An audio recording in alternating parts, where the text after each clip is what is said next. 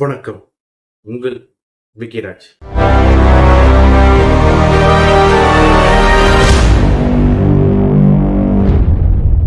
புலம்பெயர் தொழிலாளிகள், அதாவது குறிப்பா சொல்ல போனா வட மாநிலத்தவர்கள், அவர்களால திருவள்ளூர் மாவட்டத்துல உள்ள மீஞ்சூர் இருக்கு பாத்தீங்களா, அங்க காட்டுப்பள்ளி என்ற இடத்துல பயங்கர கலவரமும் தாண்டி போராட்டக்காரர்களாக அவங்க இறங்கினாங்க. இப்போ ரொம்ப கலவரம் தாண்டி போலீசாருக்கும் இவங்களுக்கும் இடையில பயங்கரமான கலவரமாவே நிகழ்ந்துட்டு இருக்கு. போலீசார்கள் கண்ணீர் புகையை சொல்லுவாங்க பாத்தீங்களா, தண்ணியை பீச்சு அடிச்சு போராட்டக்காரர்களை விரட்டுறாங்க. இருந்தாலும் முடியல, அந்த மாதிரி தான் இருக்கு. 1000 பேர் இந்த போராட்டத்துல பங்கேற்றிருக்காங்கன்னு சொல்லப்படுது. அதாவது இந்த போராட்டம் எதனால நடந்ததுன்னு பாத்தீங்கன்னா, நம்மளுடைய மீஞ்சூர் பகுதி இருக்கு பாத்தீங்களா, திருவள்ளூர் மாவட்டத்துல, அதுக்கு அருகாமையில் உள்ள காட்டுப்பள்ளி என்ற ஒரு வில்லேஜ்ல கன்ஸ்ட்ரக்ஷன் நடந்துட்டு இருக்கு. அந்த கன்ஸ்ட்ரக்ஷன் பேர் என்னன்னு பாத்தீங்கன்னா கங்கா காவேரி. அந்த ரெண்டு கன்ஸ்ட்ரக்ஷன்லயும் சுமார் 1000 நபர்கள் புலம்பெயர் தொழிலாளிகள் வேலை செஞ்சுட்டு வராங்கன்னு சொல்லப்படுது.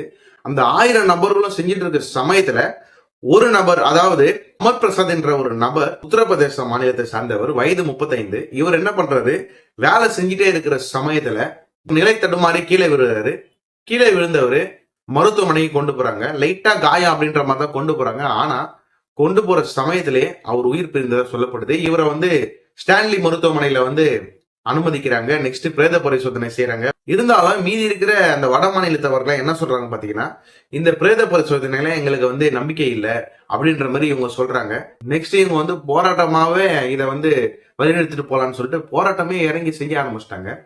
உடனே அங்க இருந்த அந்த ஆபீஸ் இருக்காங்க பாத்தீங்கன்னா, அந்த கங்கை நெக்ஸ்ட் காவேரி சொன்ன மேனேஜ்மெண்ட் டீம் ஸ்ட்ரைட்டா வந்துட்டாங்க. உங்களுக்கு என்ன தேவை அப்படின்ற மாதிரி கேட்கறாங்க.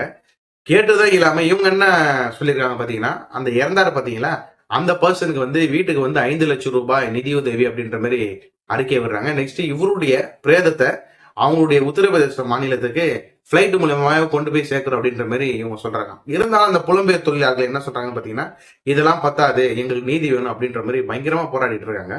இந்த போராட்டமானது அப்படியே சிறிதளவு இருந்து பெரிதளவு அப்படியே மாறிட்டே போகும்போதுதான், அதாவது நம்மளுடைய ஆவடியில இருக்காங்க பாத்தீங்களா பெட்டாலியன், அந்த பெட்டாலியன் அதிவிரைவு படை எல்லாமே இறக்குறாங்க. இறக்கும் போது அங்க இருக்கிற வட மாநிலத்தவர் எல்லாருமே போலீசார் மீது கல் வீசுறாங்க. கல் வீசுனதும் இல்லாம இதற்கு எதிராக போலீசாரும் கீழே விழுந்த கல் எடுத்து வீசுறாங்க. அந்த தடுப்பெல்லாம் மீறி போலீசாருக்கு 60 பேருக்கு காயம் ஏற்பட்டதா சொல்லப்படுது. அதே மாதிரிதான் போலீசார்கள் கண்ணீர் புகையெல்லாம் வீசுறாங்க. அவர்கள் எல்லாருமே உள்ள அனுப்பணும், அந்த கன்ஸ்ட்ரக்ஷன் உள்ள அனுப்பிட்டா போதும் அப்படின்ற மாதிரி தான் போலீசார் ஈடுபடுறாங்க. இருந்தாலும் அவங்க போறதா கிடையாது. அந்த அவங்களும் ரொம்ப ஆக்ரோஷமா ஈடுபட்டதா சொல்லப்படுது.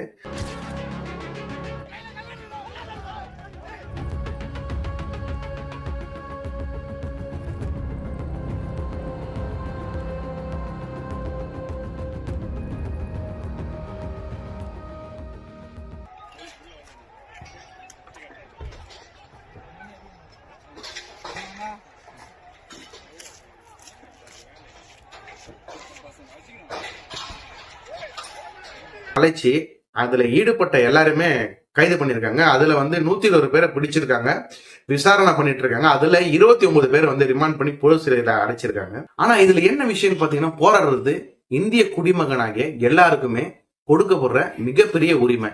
அந்த உரிமையை கலவரமா ஏற்படாத வரைக்கும் நல்லது. அந்த உரிமையை கலவரமா ஏற்பட்டாலே இது ஒரு சான்று. நெக்ஸ்ட் எடுத்துக்காட்டம் இதுதாங்க.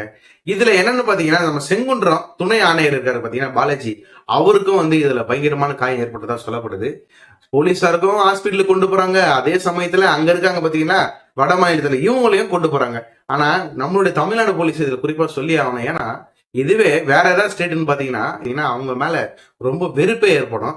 ஆனா நம்மளுடைய போலீஸ் அதை நினைக்கவே இல்லை. அவங்களுக்கும் எந்த விதமான ஆபத்து ஏற்பட்டக்கூடாதுன்றதுனால அவங்களையும் கொண்டு போய் ஹாஸ்பிட்டல சேர்த்து ட்ரீட்மெண்ட் பண்ணிட்டு இருக்காங்க. அதே மாதிரி சம்பவம் நம்மளுடைய அம்பத்தூர் தொழிற்பேட்டை இருக்கு பாத்தீங்களா, அந்த இடத்துல பயங்கரமா ஏற்பட்டிருக்கு. ஆனா அந்த சம்பவத்தை தவிர்த்து இந்த சம்பவம் ரொம்ப கலவரம் அதிகமாவே ஏற்பட்டதுன்னு சொல்லாங்க.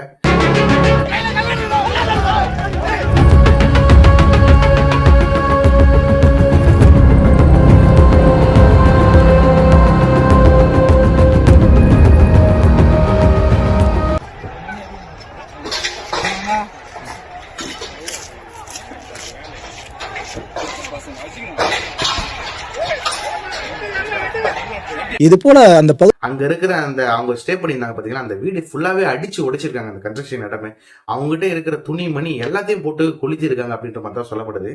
இருந்தாலும் மக்களாகிய நம்ம சிந்திக்க வேண்டிய என்னன்னு பாத்தீங்கன்னா, புலம்பெயர் தொழிலாளர்கள் உள்ள வரலாம்.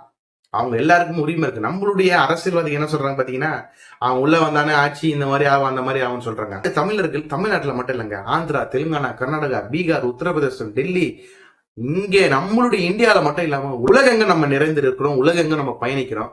அங்கெல்லாம் நம்ம போகும்போது அவங்களுக்கு உரிமை இருக்கு. ஆனா அவங்க குற்ற பின்னணி இருக்காங்களா பின்னாடி அப்படின்றத நம்ம கண்டிப்பா விசாரிக்கணும். அது மட்டும் இல்லாம அவங்க எத்தனை பேர் வருகை உள்ள வராங்க, எத்தனை பேர் வெளியில போறாங்க அப்படின்ற மாதிரி நம்மளுடைய அரசாங்கமும் சரி, மேனேஜ்மெண்ட் இருக்காங்க பாத்தீங்கன்னா, கன்ஸ்ட்ரக்ஷனை கூட்டு வராங்க, அவங்க எல்லாருமே ஆராயணுங்க. இதை ஆராய்ந்தாதான் உண்மையாவே இந்த மாதிரி சம்பவங்கள் நடக்காம எல்லாராலையும் தீர்வு காண முடியும்.